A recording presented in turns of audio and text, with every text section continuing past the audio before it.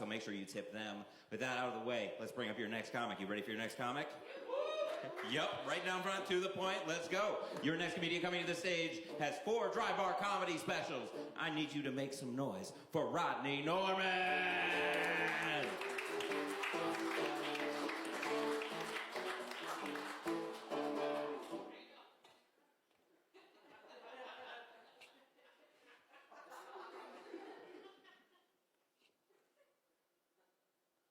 Hey. Yeah, forgive me, I'm a little shook up, a little disheveled. Kind of a harrowing experience just getting here tonight. In fact, we were almost in a car accident. Would have been a pretty serious car accident too, but fortunately, at the last second, I managed to change my mind.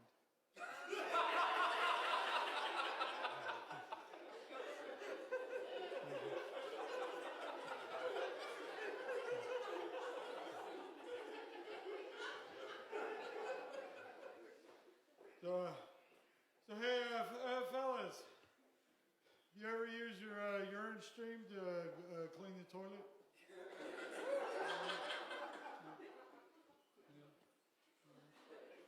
I only bring that up because I was in a hotel room this last week that was so nasty, I had to do that to the sheets.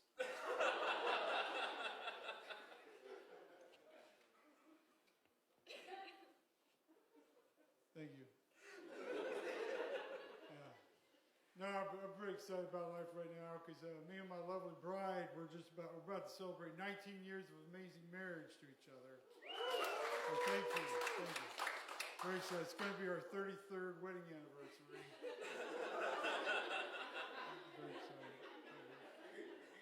But don't get me wrong. She's loved my life. In fact, she's the only woman that I've ever, and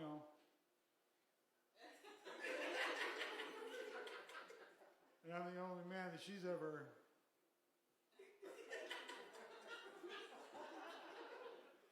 But it was a wedding night. It was the first time for both of us.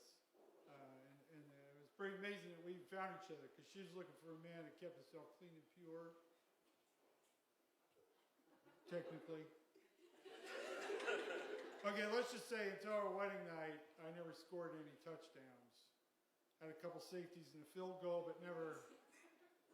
across the plane. So she was looking for, and then of course I was looking for a woman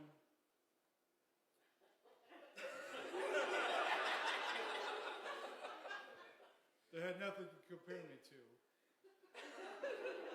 Okay, I'll spare the details. Let's just say back in junior high school, during gym class, during the locker rooms, during the showers, I paid attention, figured out pretty quickly where I ranked. I thought, I think Mom's right about this. Waiting to marriage is probably my best option.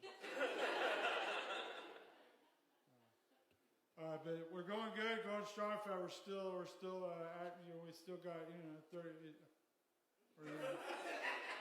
It's not uncommon for me to wake her up, make mad, passionate love to her in the middle of the night several times during the week for one reason only: get her to stop snoring. Very effective. But the thing is, your relationship now, it does change a little ways, because like when you're a younger man and she's ready to go, you're ready to go. When she's not ready to go, you're still ready to go. You don't even have to think about it. It's kind of on a hair trigger. It's like, oh, hey, look, there's a nipple. That's consent. Here we go. You know what I mean? It's, after 33 years, it's like, yeah, it's the same nipple. So you just, after all those years of false alerts, your body's like, look, we're not getting dressed up for nothing. So it's because, like you said, it's younger, it's physical, it's all physical. But as you get older, it's more of an emotional and intellectual exercise, if you will. You have to start creating these little scenarios. It's like, oh, I went skiing for the first time, broke my leg, and now I'm in the ICU, and the hot nurse is going to give me a sponge bath. Then what happens is that then your storylines get more involved, thing you start having plot structure and then character development. And next thing you know, you're going on a hero's journey because you're at home and everything is safe and fine, and then you have an inciting incident around page 10, and then then you got to go on a journey, but you don't want to go on the journey, but you know that you are the only one that can go on the adventure and journey. So you put together a ragtag band of misfits come along with you in your adventure, and you go out, and then you come across your first antagonist, and it's a very trying time, and you're not sure if you're going to succeed or not. But then you overcome the antagonist, and in fact, the antagonist actually turns out to be a supportive character and joins you because it teaches you something important about yourself that helps you go on to the bigger journey.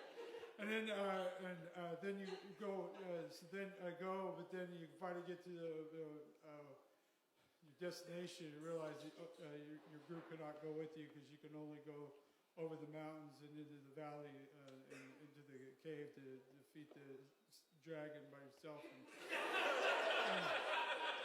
And so you go because it's man versus beast, but then there's also elements of nature, so man versus nature. You finally conquer the dragon, you're victorious, but then it's time to return home, but because of the man versus himself struggle, you realize you can never really go home because home doesn't exist because you're a different man because of overcoming this trial.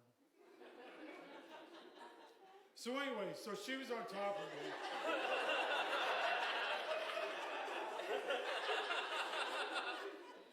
And it wasn't happening for me. I was pulling out, I was trying to get into character and everything, and it was a little embarrassing. And so while she's on top of me, I started visioning something that I'd never thought of before, and that was we were having a menage a trois. So it was me, and it was her, and then it was another version of her from alternative reality. Because even in my fantasies, I want to remain faithful.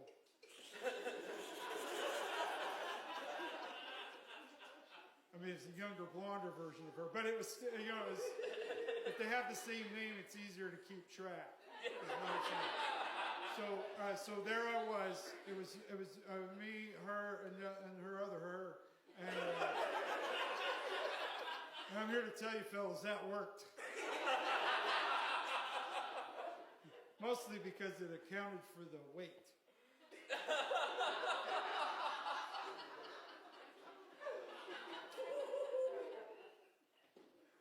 I just told you about my undying and devoted love for my one and only true woman. You ruined it with your impossible beauty standards. I see how you are, ladies. Shame on you.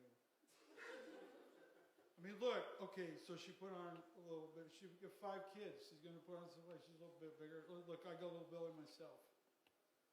It's true that when we're in the throes of passion, one of us has to wear a t-shirt or we make farting noises. That just scares and confuses the dogs.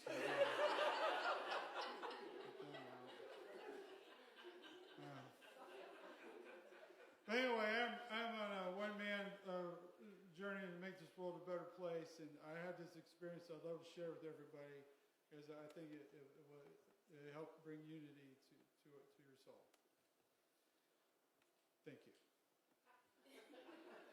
Okay, so I went to visit some friends of mine. They're in California. If you're not familiar with California, it's the one. It's like that.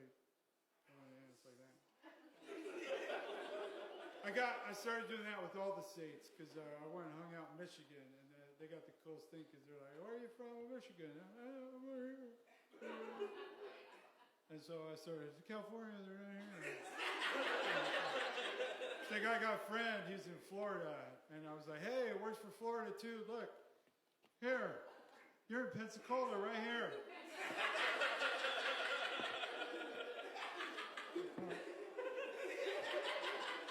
Okay, so my friends are Tongan. They're Polynesian Tongan. I only mentioned they're Polynesian Tongan because there's also an East African tribe that also is Tongan. They name it Tongan, but there's no relation, and I didn't want there to be any confusion here in Cleveland. Okay, so they're good friends of mine. I stay with them all the time when I go to Southern California, right? And I want to do shows and stuff. And it's people that put me in fancy hotels, and I'm like, no, don't do that. Don't put me in a fancy hotel. Why would I want to stay in a fancy hotel when I can stay at my friend's house and sleep on their couch? Never gets laughed, but I'm holding out. Okay, so anyway, I'm there, and they had this Saturday morning thing. They all got together, and they were going to this this street festival thing at the community, and they invited me to go. And so it's like, all right, sounds like fun. So we go there. And there was a bunch of Tongans, their friends, and I knew a lot of them. So it was like a little reunion. So it was pretty cool. Got to see them again. And then there was some Samoans, also Polynesian. They don't have an East African equivalent. They're the only Samoans. I mean, they had a copyright dispute with the Girl Scouts a few years ago, but they're the only actual Samoans. You know what I mean? So anyway, this is pretty cool. There's music going, and there's all these booths and crafts and food and everything going on, and people are enjoying the music. They're dancing. Well, this is pretty cool, man. So I started going around just checking it all out and checking all the booths and meeting people. And I started meeting people from all over the world. I met people from China, from Japan, Jakarta, the Philippines, Indonesia, Afghanistan, Pakistan, Egypt, all over Africa, South America, Peru, Belize, Colombia, and there were Mexicans. There was a lot of Mexicans. Okay, it was mostly Mexicans. Okay, but here's my point. Nobody cared. Nobody cared where anybody's from. Nobody cared about your nationality. You cared about the color of your skin. Nobody cared where you're from. You cared about your political or your religious affiliations. No one was trying to get anyone to join their essential oils downline or anything. It was just pure joy. And we were just having a great time. And I was like, this is awesome, man. This is the coolest thing ever. Because here's all these people from all over the world coming here to this beautiful country, taking advantage of all the opportunities. And I was just like, this is what America's all about, big melting pot. I was like, we're here celebrating not how we're different, but how we're the same, about we're all one human race, and that's what it is. We're all the same. It was amazing, and it was a proud and exciting moment. And it was also when I realized that I was the only white guy there. I think a lot of you know where I'm coming from on this. Just that sudden, humbling realization that,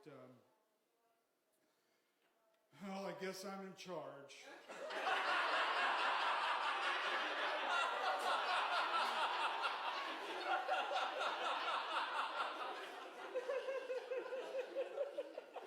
You didn't see that one coming. The crazy thing about that joke is two groups of people are offended by that joke. First group, white supremacists that didn't know they were white supremacists. And the other group are people who couldn't figure out the joke was making fun of white supremacists. So what I'm saying is you didn't think that was funny. You're the problem. Okay, I'm done now.